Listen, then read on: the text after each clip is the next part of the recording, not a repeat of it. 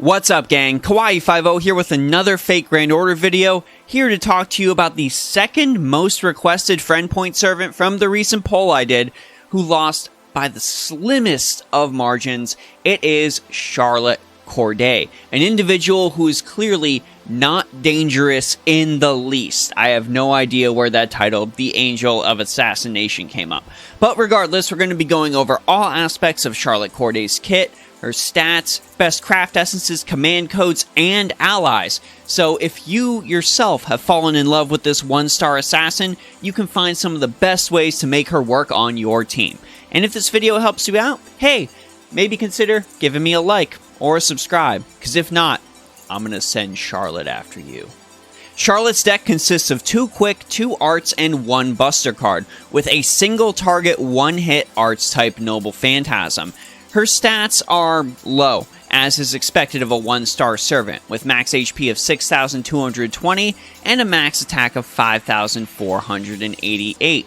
Her NP per hit is honestly pretty solid at a 0.5, and she's got a few hits on her arts cards.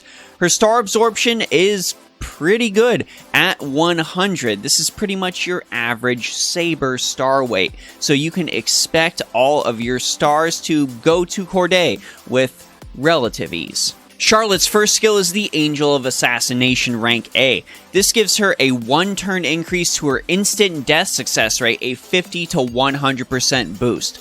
But the more practical thing you're going to get out of this is the fact that it gives her 2 instances of evade that lasts for 3 turns. That's right, this is her main survivability skill. You're going to want to go ahead and max this last just to get the cooldown reduced. The instant death success rate you won't see a lot if you're fighting servants. That evade is going to be far more useful to you.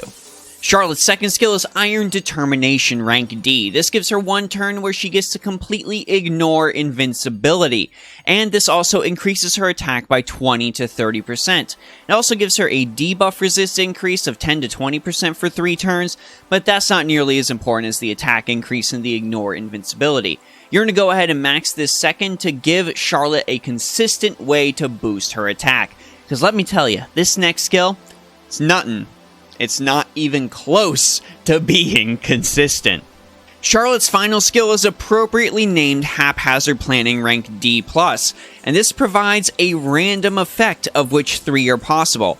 For 3 turns, she will get one of the following things: a 20 to 30% increase to her arts effectiveness, a 30 to 50% increase to her critical strength, or a 30 to 50% increase to her Noble Phantasm damage. This is on a 5-turn cooldown, and the only reason you really want to max this first is because those bonuses are very, very good. Those are some really high bonuses for a 1-star servant. The problem here is, unfortunately, the consistency. The effect is entirely random. It's not percentage-based like some other servant skills you might have seen in the past. Nope, 100% random. So you cannot affect which specific skill is going to activate in any way, shape, or form. Also, you won't get multiple skills activating either, so you need to keep that in mind. There's going to be a little bit of a wild card if you are running Charlotte on your team. It's just kind of a shame that this is tied to her most effective skill, this level of randomization. Charlotte's Noble Phantasm, which I am easily going to butcher in the pronunciation, is Le Rêve Ensoleillé. Yeah, I pretty much butchered that, I bet. It removes a single enemy's evasion buffs and then deals 900 to 1500% damage to that enemy. It also ignores defense. This Noble Phantasm also takes a page out of First Hassan's book, with a 60 to 100% chance to inflict instant death on the target. Much like First Hassan, much like Hassan of the Cursed Arm, any of the Hassans, this has a chance to instantly kill. On a 1-star servant, that seems absolutely bonkers. You will be getting Charlotte to NP 5. No matter what, she is a freebie servant. It's going to happen eventually. So we're going to sink what we can into this Noble Phantasm. This seems astonishingly good for a 1-star. So if we're going to use this 1-star focus as our damage dealer, who do we pair her with to try and maximize her effectiveness? Well, Of course, you want, if possible, your arts type supporters. So, if you happen to have an Artoria caster, happen to have a Tamamo no Mai, a Paracelsus von Hohenheim, a Wolfgang Amadeus Mozart, pretty much any of the art supporters in this game, they're going to be a prime pairing with Charlotte Corday. But there are, of course, some other servants we do want to mention specifically that can provide her with some other neat bonuses. My first recommendation is Gaius Julius Caesar, and that's mainly because of the boost he got to his Insight skill. Insight rank EX now provides an excellent 20 to 40% critical damage boost and a 50 to 100% to an ally's critical star drop rate. Considering Charlotte is an assassin and has 2 quick cards with some reasonable hit counts, you can expect a decent amount of stars off of this. Also, if she ends up popping the crit strength boost on her 3rd skill, that's going to be even more crit strength for her. This comes at the cost of reducing her defense by 20% for 3 turns, but considering she's a 1-star servant, her HP pool is already low, she was likely going to die in 1 hit anyways, this isn't as big a deal as you might think. Caesar, of course, can also provide NP strength and an attack boost to Charlotte as well. Prince of Lan Ling also deserves a mention just so he can provide some sort of stability to Charlotte's overall kit. Of course, he's got his nice NP charge skill that he can chuck on her if necessary, but most importantly is the Demonic Visage skill, which grants arts card effectiveness, critical star rate, and critical damage. 3 things that Charlotte would really like to have on her consistently. Of course, you can give her an attack boost as well in the form of a 10 to 20% for Mask of Concealing Beauty, but this isn't nearly as big of an impact as Demonic Visage. Of course, we also have his wonderful Noble Phantasm that will also provide Charlotte with a 30 to 50% attack increase. Some of you might be surprised I'm mentioning Caster Gilgamesh, but he actually is able to provide Charlotte with a lot of bonuses like I previously mentioned through his skills.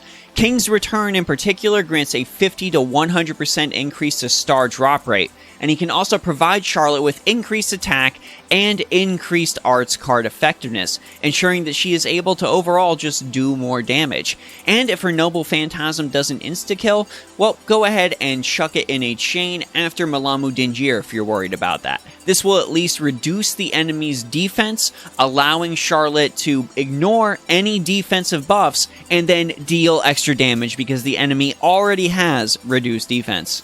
Chiron also, of course, remains a fun, different supporter to pair with Charlotte Corday.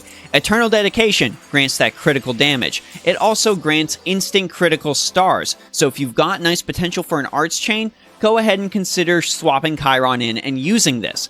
You can also, of course, get a 20 to 30% bonus to all of Charlotte's cards off of Wisdom of the Divine Gift as well. Man just continues to put in work. And finally, if you feel like you want to pair this 1-star with a 5-star just to be silly, consider pairing Charlotte with Sherlock Holmes. His Gift of Insight skill is still an incredible boost to any arts-type damage dealer, decreasing an enemy's arts resist by 10 to 20%. But of course, he also has boosts to provide Charlotte in the form of Elementary, my dear. He can increase her critical strength by 50 to 100%, and he can give her 3 turns of Ignore Invincibility, so you don't just have to rely on that 1-turn skill in order to make it possible. It's pretty great. For Charlotte's craft essences, considering her naturally low stats, I wanted to focus on arts card effectiveness and NP strength, since I feel like those are the absolute best ways to boost her overall damage. Her best freebie craft essence, in my opinion, is Dive to Blue, granting her arts card effectiveness, NP strength, as well as a starting NP gauge, allowing you to hopefully charge up to her Noble Phantasm fairly quickly. If you're not worried about starting NP gauge, you can also go ahead and give her a copy of Royal Icing, granting her that arts card effectiveness as well as that NP strength. If you're looking to use a craft essence that you pulled from the gacha, I also want to continue to recommend Mark on a Smiling Face. This grants arts card effectiveness, NP strength, and also has some added NP gain to boot. And finally, if you want to trick out this 1-star servant with a Hyper Whale Craft Essence card, throw on your max limit Broken Black Grail and just cackle all the way to the bank. When it comes to Charlotte Corday's command codes, I tried to be a little varied about this. Considering her third skill, it's a little bit of a wild card. So let's go ahead and focus on maximizing the effectiveness of her cards that she has. Give her just a little bit of consistency.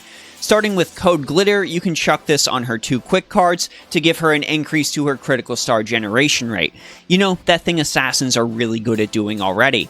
In order to give her some sort of way to remove a debuff on her, since she lacks that ability in her kit, go ahead and give her something like Code Cure or White Vessel's Command Seal to overall make that possible. Considering Charlotte's low stats, I actually quite like sort of the beginning and the end on her. This is just a flat increase of 1,000 to the damage that the engraved card deals. It doesn't really seem like that much, especially if you end up throwing this on a higher rarity servant, but on a servant like Charlotte who has lower stats to begin with, and a lower stat ceiling even when grailed, every little bit of extra damage can count. And finally, if you want to go all the way in on her Noble Phantasm, look no further than Da Vinci. This will grant her NP damage up by 15% for 1 turn when she attacks using the engraved card. Remember, you have to use this before you use her Noble Phantasm, but the payoff is always worth it. Overall, gang, Charlotte Corday is a pretty decent 1-star assassin that unfortunately suffers from a couple of problems. Of course, she has the same problem that all low rarity servants have, their low stat ceiling. Even if you grail them, you might come into a couple of issues, but grailing them is going to be the main way that you are going to make them reach that level of increased damage and increased survivability. Charlotte is of no exception. The also unfortunate issue is her third skill. Her third skill provides some incredible bonuses, but it is in no way consistent, and it cannot be made consistent. You're going to be dealing with one of those 3 bonuses, and you're just going to have to deal with the hand you get dealt. If you're fine with that, then more power to you. Go ahead and use her, but I know some players are going to be put off by that. However, Charlotte still does bring to the table the fact that she is very easy to get on your team, she requires very little investment in the form of EXP cards and skills especially, and on top of that, her Noble Phantasm, if you're willing to sink the stats into her, sink the foes, sink the materials, sink the grails even, it can have potential to put in some work, much like the much beloved Sasaki Kojiro. But I want to know what you all think, so let me know your thoughts about Charlotte Corday down in the comment section below. Let me know if there's any craft essences you might give her, allies, or command codes. Anything you think might make Charlotte a better player on anybody's team. Let's hop in those comments and help each other out. If you want to talk more FGO beyond that, my Discord server is of course always open. Huge thanks to the subscribers on Twitch, as well as all of you on Patreon as well for providing me with the continued support. You have no idea how much I appreciate it every minute of every day. Thank you. Anyways, this is Kawaii50. I hope you all have a phenomenal day, and I'll see you all in the next video.